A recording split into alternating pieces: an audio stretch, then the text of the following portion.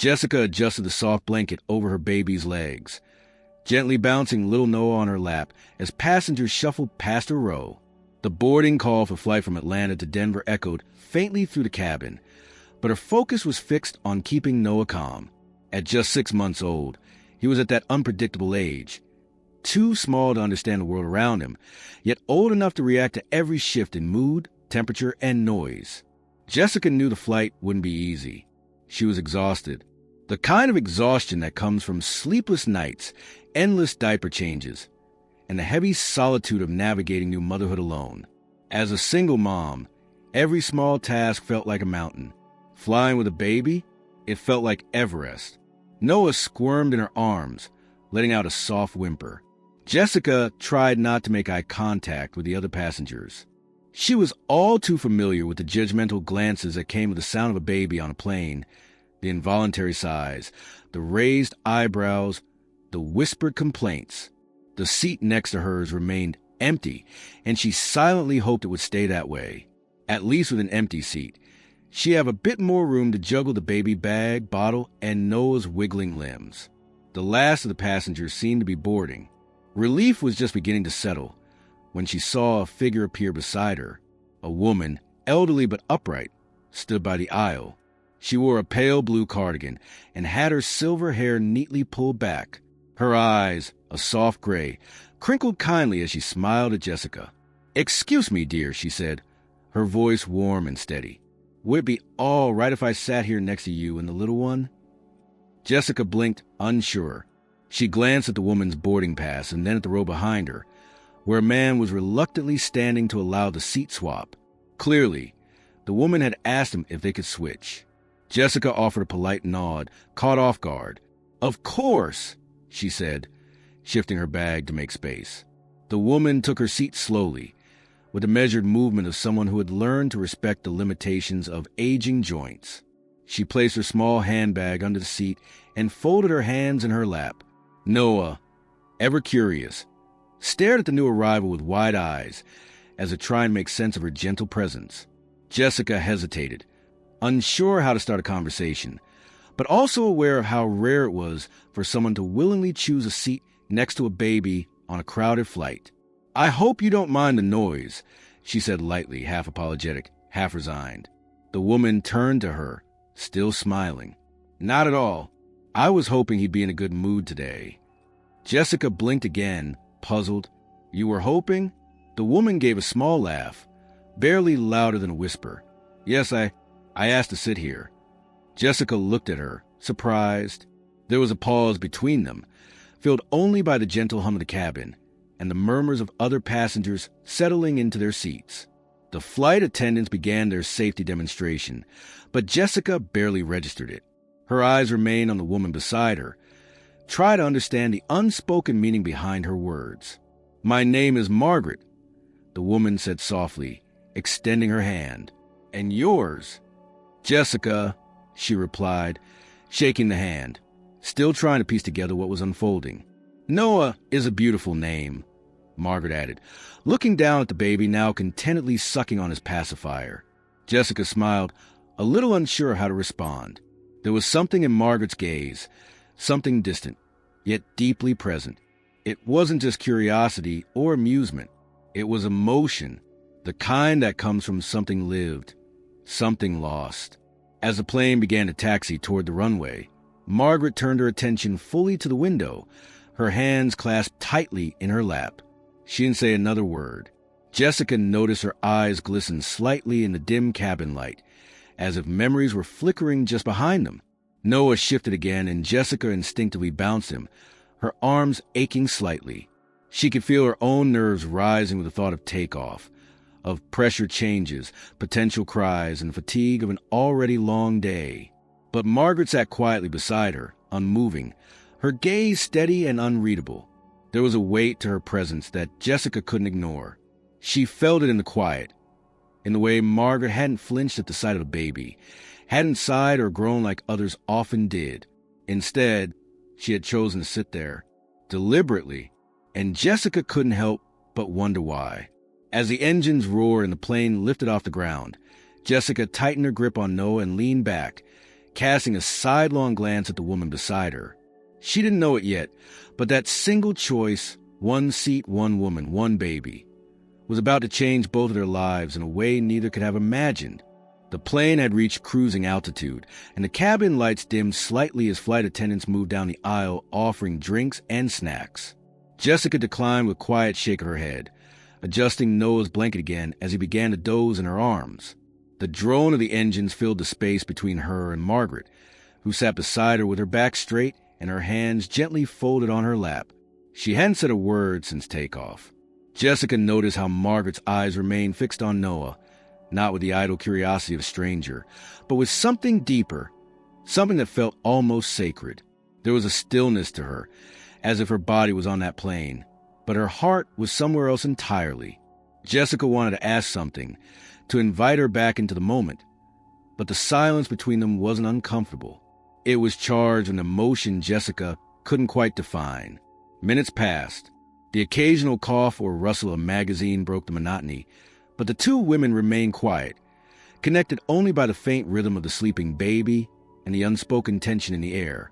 Jessica glanced at Margaret, then back at Noah. She wondered what had compelled the woman to sit there, what had made her exchange seats just to be next to a mother and her child. Margaret finally spoke, her voice a low murmur barely audible over the hum of the aircraft. "How old is he?" Jessica turned to her, gently lifting her voice in response. 6 months. Margaret's lips pressed into a line, her eyes still focused on Noah's tiny fingers curled into a fist. 6 months, she repeated softly, almost as if she were trying to hold the words in her mouth for a little longer than necessary. That's a good age. Just starting to laugh, to reach for things, to recognize faces. Jessica tilted her head slightly, surprised by the specific warmth in Margaret's tone. He started babbling too, mostly nonsense, but he has this one sound he makes when he's excited. It's like a squeal, but not annoying, at least not to me. That brought the faintest flicker of a smile to Margaret's face, but it faded just as quickly. There was a pause before she added, "My grandson would have been 6 months this week." Jessica froze. The words hit with an unexpected heaviness. She hadn't anticipated something so personal, so sudden. She glanced at Margaret again, this time seeing her not just as a kindly stranger, but as someone carrying a weight she hadn't expected to reveal. "I'm sorry," Jessica said softly, unsure what else to offer. Margaret nodded, but didn't respond immediately. Her eyes never left Noah. "My daughter, her name was Caroline," she said after a moment. "She was my youngest. She was always the brave one, always ready to take on more than she should." Jessica listened quietly, sensing the floodgate beginning to open. She and her husband had been trying for years. They lost 2 pregnancies before they finally had him. He was born a little early, but healthy. I saw him once. Just once. Margaret's voice trembled slightly, but she didn't stop. They named him Isaac. Jessica felt her chest tighten, the weight of the moment settling heavily between them. She adjusted Noah instinctively, suddenly aware of how fragile life could be, how easily one moment could alter everything. "There was an accident," Margaret continued, her voice now barely more than a whisper. "A drunk driver. They were coming home from a doctor's appointment. Just one wrong turn. One moment." Jessica reached out slowly, placing her free hand on Margaret's. The gesture was small, but the connection was instant. Margaret's hand turned beneath hers and held on gently, gratefully. "I'm so sorry," Jessica said again, this time with more weight behind the words. Margaret nodded, swallowing back a wave of emotion. "I haven't flown since. Haven't seen my son, Daniel, Caroline's older brother. He moved to Denver a few years ago, but I couldn't bring myself to visit after everything. He kept asking, but I just..." She shook her head. "I couldn't bear the thought of seeing anything that reminded me of them." Jessica listened, her heart twisting with every word. She understood, in a way she hadn't before, why Margaret had chosen to sit beside them. This wasn't just about a baby.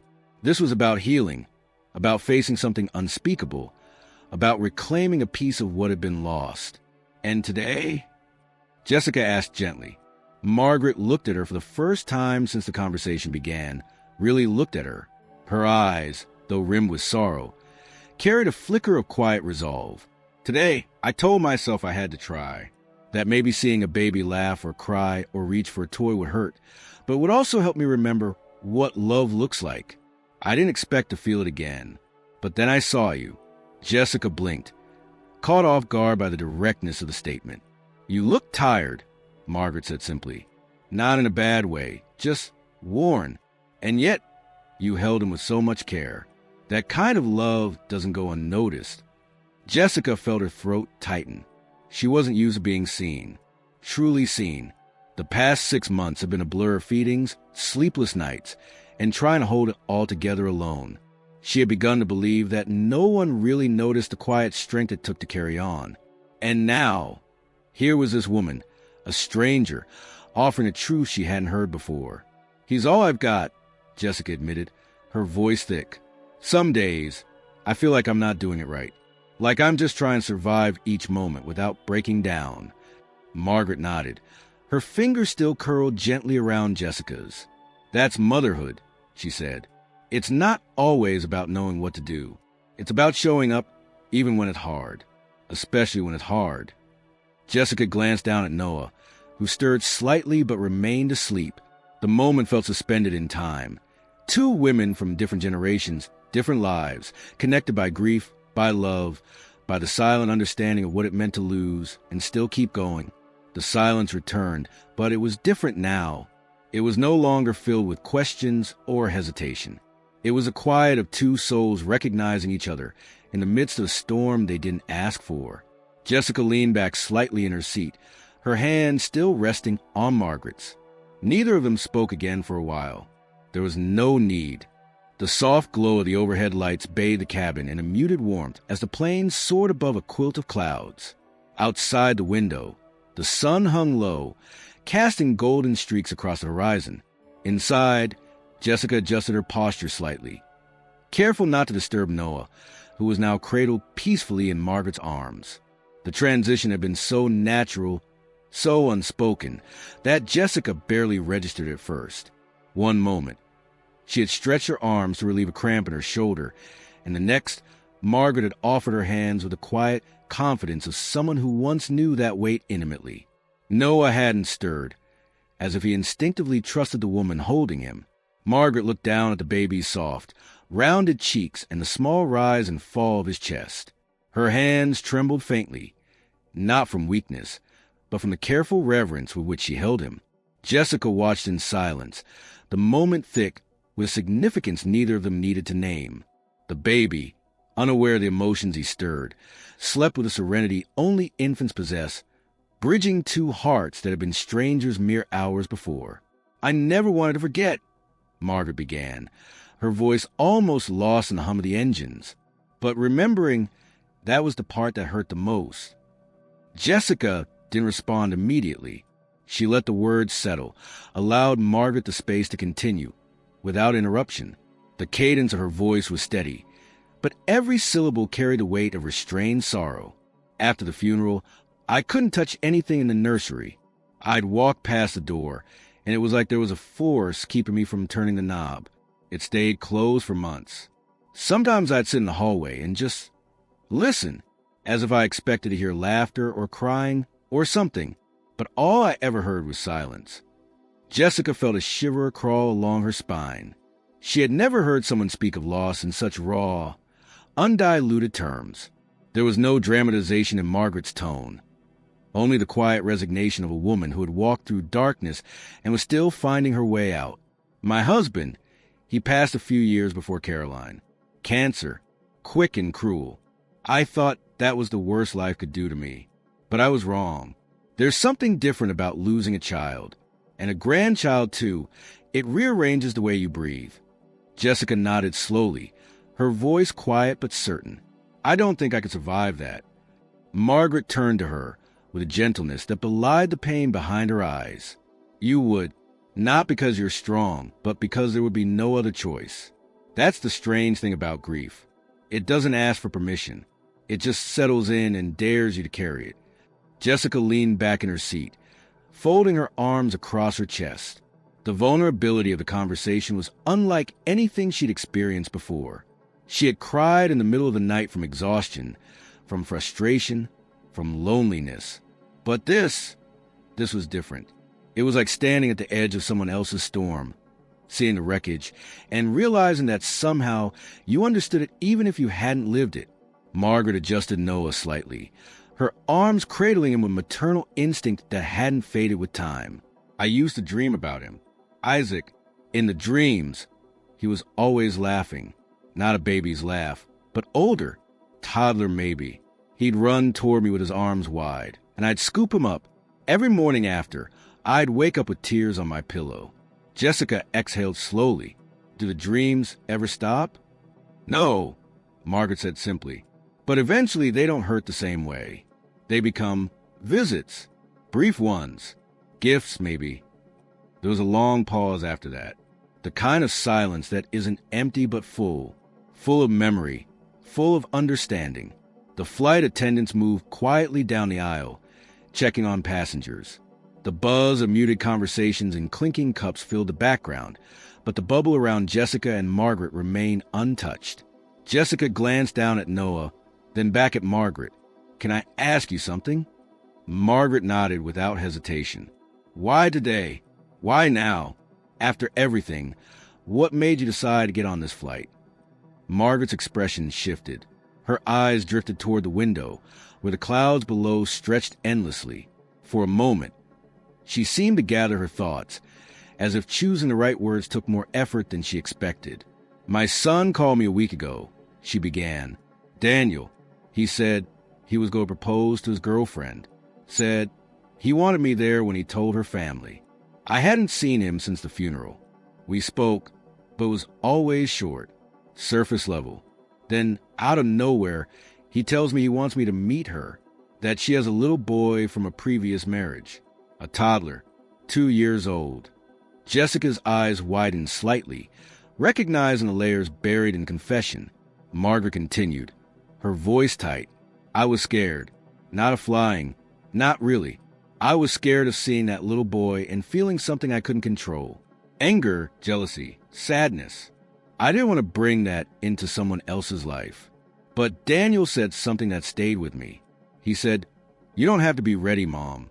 You just have to show up. Jessica let the words settle before she responded. That's powerful. Margaret nodded. I wasn't sure I could do it. Even this morning, I almost turned around at the airport. But when I got to my gate and saw him, I felt like maybe that was a moment. Not the arrival, not the reunion. This, sitting here, holding a child again, even if only for a little while. Letting the world remind me that love isn't something you lose forever. Jessica reached out, rested her hand lightly on Margaret's arm. You've done more for me today than you know. Margaret looked at her, surprised. How so? Jessica hesitated, gathering her thoughts. I've felt so alone these past months. Everyone keeps telling me it gets easier, but they don't see the nights when I sit by his crib and cry because I don't know what I'm doing. They don't see how hard it is to be both mom and dad, to be everything. You don't have to be everything, Margaret said gently. You just have to be there. And from what I see, you're doing beautifully. Jessica's eyes brimmed with tears, but she didn't look away. She let them fall freely, unashamed. For the first time in a long while, she felt understood, seen, held not physically, but emotionally, by someone who had endured a storm far worse and still had the strength to comfort someone else. As the plane cruised onward, high above the earth, two women, strangers until a few hours ago, shared a quiet, profound connection.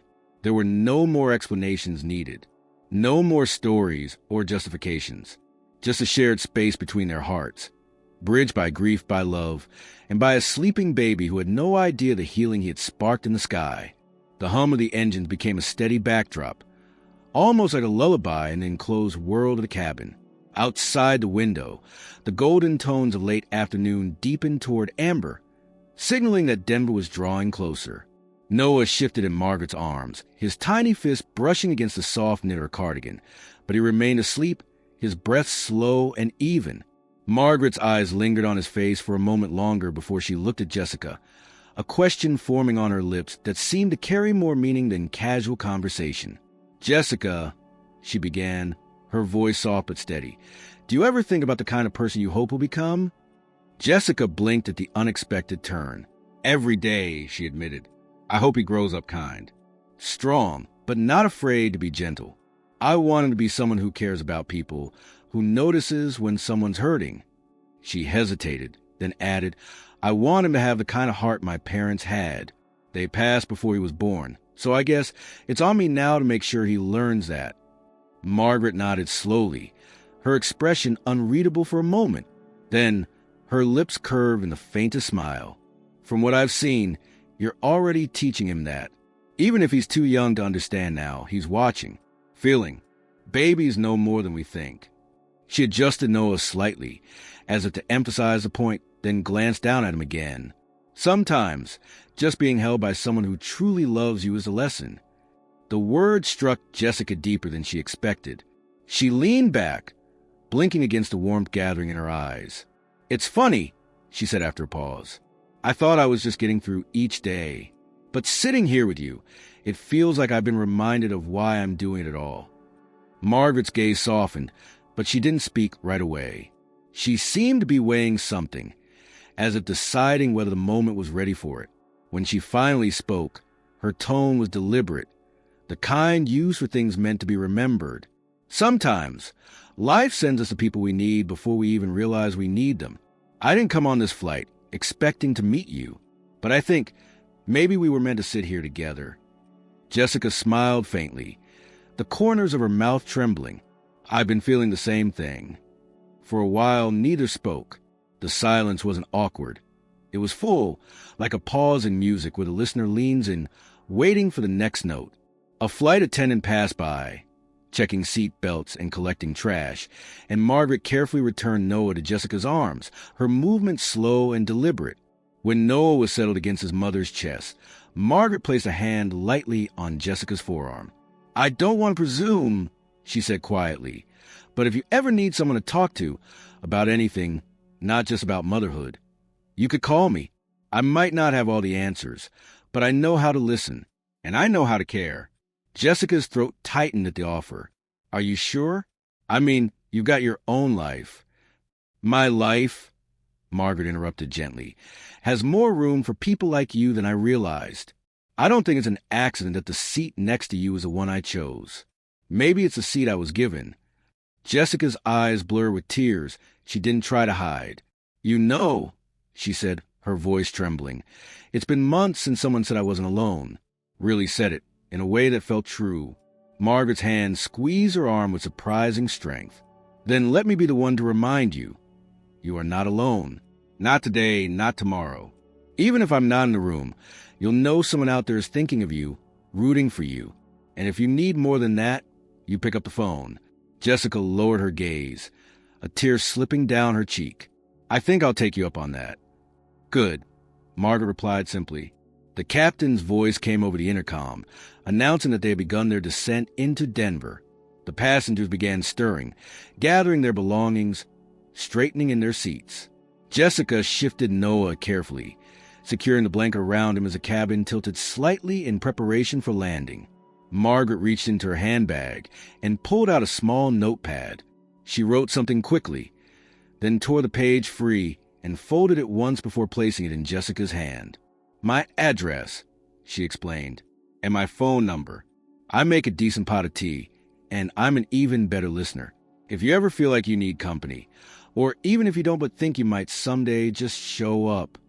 Jessica unfolded the note long enough to glance at the neat, looping handwriting. She tucked it safely into the front pocket of her bag, feeling as though she'd been handed something far more valuable than a simple contact. As the plane descended through a layer of clouds, the city lights of Denver began to twinkle below. Jessica looked out the view, but her thoughts weren't on the skyline. They were on the woman beside her, on the strange and beautiful way a single interaction could shift something deep inside. Margaret was right. Some meetings were meant to happen, and when they did, they left you different than they found you. By the time the landing gear engaged and the ground rose to meet them, Jessica knew this wasn't the end of the conversation. It was the beginning of something that would reach far beyond the hours of this flight. When the wheels touched down, a gentle jolt ran through the cabin. Margaret smiled faintly, as though the sound itself was a punctuation mark at the end of a chapter neither of them had planned to write. Jessica glanced at her, wanted to say something, but realizing that no single sentence could hold the fullness of what she felt. Instead, she simply whispered, "Thank you." Margaret's reply was soft but steady. "No, dear, thank you." The plane rolled along the runway, slowing steadily as the captain's voice came over the intercom with the usual announcements. Jessica barely heard him. Her thoughts were still wrapped around the quiet exchange that had taken place before the descent. She held Noah close, feeling his small body stir against her, and glanced at Margaret, who sat with her seatbelt still fastened, her posture calm, but her gaze slightly distant, as though she were preparing herself for whatever waited beyond the airport doors. As the aircraft reached the gate, passengers began standing, retrieving bags from the overhead compartments, and shifting impatiently in the narrow aisle. Jessica stayed seated, not in any rush, letting the crowd pass. Margaret remained beside her, smoothing the folds of her cardigan and adjusting the strap of her handbag. The moment was thick with unspoken understanding. They both knew they were about to part ways, but neither seemed ready to break the fragile connection forged in the sky. When the aisle finally cleared, Jessica rose, carefully balancing Noah on one arm while slipping the diaper bag over her shoulder. Margaret stood as well, her movement slow but steady. They stepped into the flow of passengers moving toward the open door of the aircraft. The cool rush of air from the jet bridge met them, carried with the faint scent of fuel and hum of the bustling terminal beyond. They walked side by side in unhurried steps, letting the faster travelers stream past. Jessica noticed that Margaret's hand hovered just slightly behind her back, not quite touching, but there in a quiet, protective gesture as they navigated the narrow corridor. Once they stepped into the terminal, the atmosphere shifted instantly. Voices rose, announcements echoed overhead, and the clatter of rolling suitcases filled the air. They moved toward the baggage claim area, where families reunited, business travelers hurried to their next meetings, and children tugged impatiently at their parents' sleeves. Jessica's eyes swept over the crowd, wondering if Daniel, Margaret's son, might be among them. Margaret seemed to be scanning the space as well, her expression tightening with anticipation. Near the carousel, a tall man in his 30s broke from the crowd and began walking quickly toward them.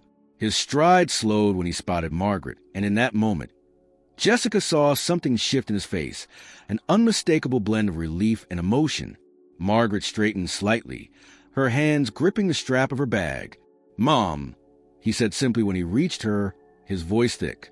Margaret reached for him without hesitation, and he enveloped her in a long, quiet embrace. Jessica turned away slightly, giving them a measure of privacy, though she could still feel the depth of the moment in the way they held onto each other. When they stepped back, Margaret's eyes shone, but her smile was steady. "Daniel, this is Jessica," she said, turning toward her. "And this little one is Noah." Daniel extended a hand to Jessica, his grip warm and sincere. "I've heard nothing about you," he said with a small smile, "but I feel like I should thank you anyway." Mom looks lighter. Jessica returned the smile. "She's done more for me on this flight than she knows." Daniel glanced at his mother, his expression softening even further. "That sounds like her."